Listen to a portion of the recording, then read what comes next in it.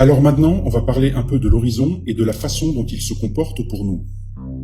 Il existe des équipes de scientifiques qui travaillent indépendamment de la NASA et des agences spatiales officielles.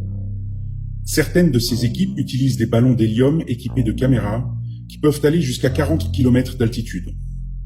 Et toutes les expériences de ces équipes indépendantes ont toujours montré que, quand vous prenez de l'altitude, l'horizon reste toujours plat sur 360 degrés.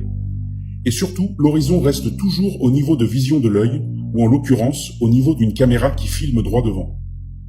Ces images n'ont pas été tournées avec des objectifs dits fisheye, comme les caméras GoPro qui courbent et déforment toutes les images. Les images que vous voyez ont été tournées avec des caméras qui ne distordent pas les formes. Si nous nous trouvions sur un globe, quelle que soit sa taille, même un globe de 1 million de kilomètres de circonférence, l'horizon étant la courbure du globe, au fur et à mesure que vous prenez de l'altitude, cet horizon resterait là où il était à votre décollage, et il se trouverait toujours en dessous de vous tout au long de la montée, et vous seriez obligé de vous pencher vers le bas pour continuer à le voir. À 30 ou 40 km d'altitude, cela serait évident. Mais toutes les expériences indépendantes utilisant des ballons d'hélium ont toujours montré un horizon totalement plat, et toujours au niveau de l'œil de la caméra, et ce jusqu'à 40 km d'altitude. Pour rigoler un peu, on peut essayer de mettre en relation ces images avec les calculs officiels de la courbure de la Terre. Sur une sphère avec un rayon de 6373 km, qui est le rayon officiel de la Terre, vous voyez que, si vous faites une distance au sol de 10 km sur la surface de la Terre, la chute de la courbe sera de 7,84 m. Cela veut dire que vous aurez descendu, entre guillemets, de 7,84 m par rapport à votre point de départ. Si vous faites une distance au sol de 100 km, la chute de la courbe sera de 784 mètres. Une distance au sol de 1000 km, la chute de la courbe sera de 78 km. Et si vous faites une distance de 4000 km, la chute de la courbe sera de 1411 km. Un des exemples les plus connus en France est qu'il est possible de voir la Corse depuis Nice.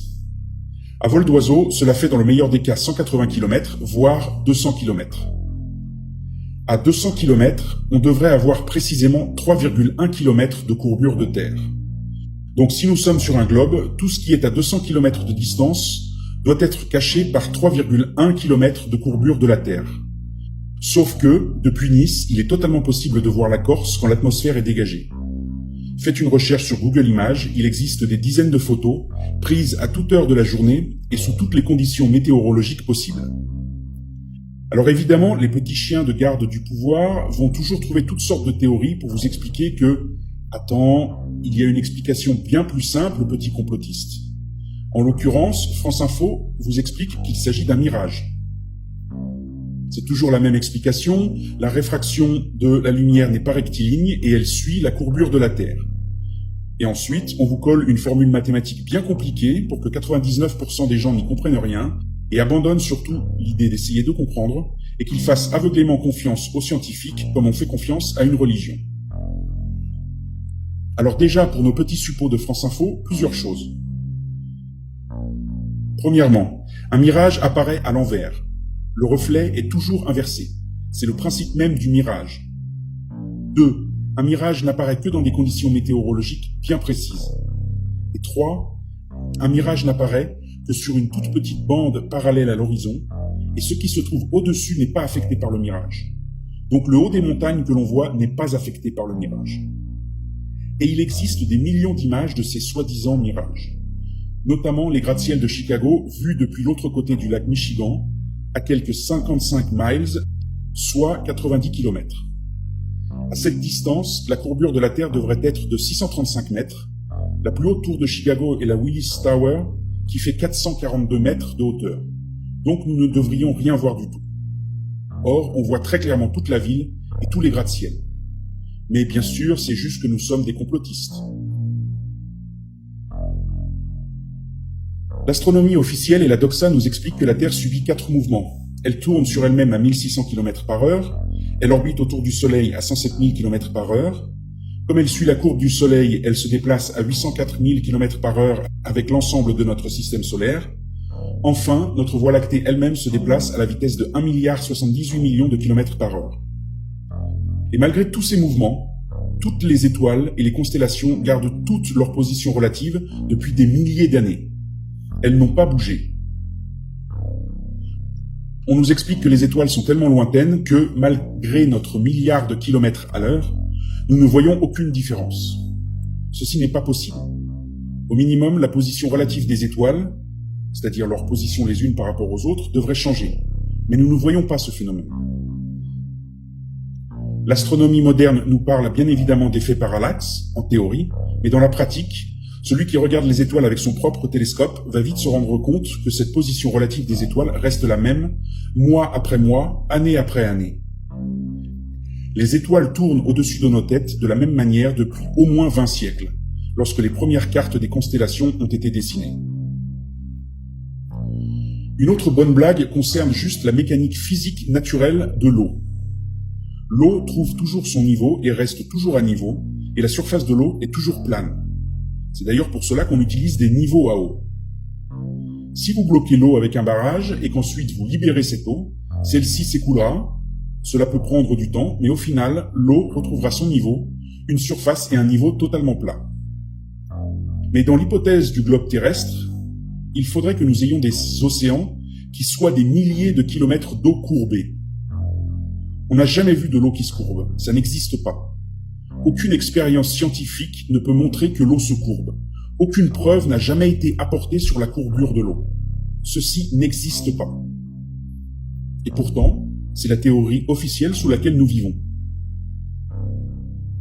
La pire des absurdités, c'est de croire que la surface de l'eau peut prendre la forme du fond sous-marin. La surface de l'eau n'est pas fonction du fond sous-marin, c'est d'une débilité profonde. Même si les océans étaient obligés de rester collés à la Terre à cause de la pesanteur, l'eau resterait à niveau avec une surface plate, mais jamais courbée. La surface de l'eau est toujours plane, que ce soit dans un verre, une piscine, un lac, une mer ou un océan. Ensuite, sur la rotation de la Terre. Alors on nous explique que la Terre tourne sur elle-même à 1600 km à l'heure. On peut penser, si on parle uniquement en tant que physicien, qu'il suffirait juste de prendre un hélicoptère et de rester en vol stationnaire et de laisser la Terre tourner sous nous. Mais non, ce n'est pas possible car la gravitation est magique, car elle maintient également l'atmosphère de la Terre et donc la Terre emmène l'atmosphère avec elle. Et donc, de manière relative, en vol stationnaire, vous bougez avec la Terre. Bon, ok, admettons. Et donc, si la Terre tourne et qu'elle emmène l'atmosphère avec elle, l'avion qui vole avec la rotation de la Terre va devoir parcourir une plus longue distance pour atteindre sa destination. Si on attache la rotation de la Terre et l'atmosphère pour les deux avions, les déplacements devraient être radicalement différents pour chaque avion. Or, ce n'est pas ce que l'on observe dans la réalité.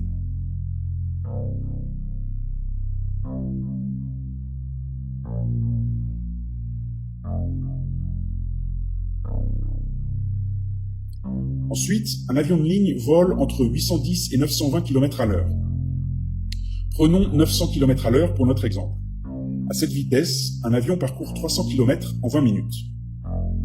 Si on utilise les règles de notre feuille de calcul de courbure de la Terre, en 20 minutes, l'avion aura dû faire une descente de 7 km juste pour rester à son altitude de croisière de 10 km. Et ceci constamment. Juste pour maintenir son altitude par rapport à un globe qui fatalement est courbé et qui donc oblige l'avion à adopter une trajectoire courbée. Or, tous les pilotes savent très bien qu'ils n'ont besoin d'aucune correction de leur altitude.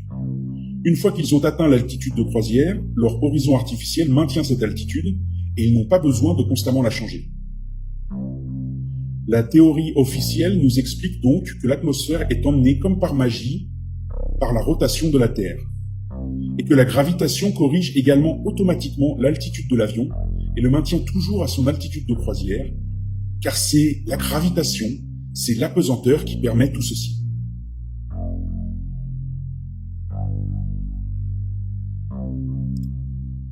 De plus, comme vous le voyez sur cette petite animation, un avion qui vole du nord vers le sud va à la même vitesse qu'un avion qui vole de l'ouest vers l'est, et vice-versa. C'est en tout cas ce que l'on voit dans la réalité. Mais ceci ne peut fonctionner que sur une planète qui ne bouge pas.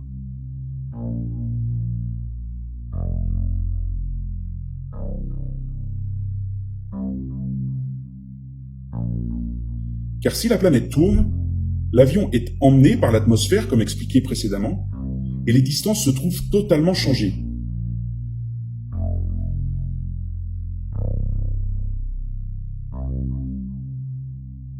Là, on voit la distance originale de l'avion qui est en rouge.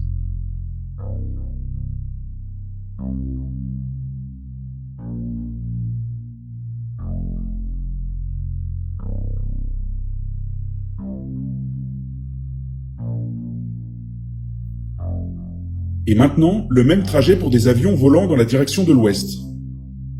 Là encore, les distances sont bien différentes pour chaque avion. Or, on n'observe absolument pas ces différences de temps de vol dans la réalité.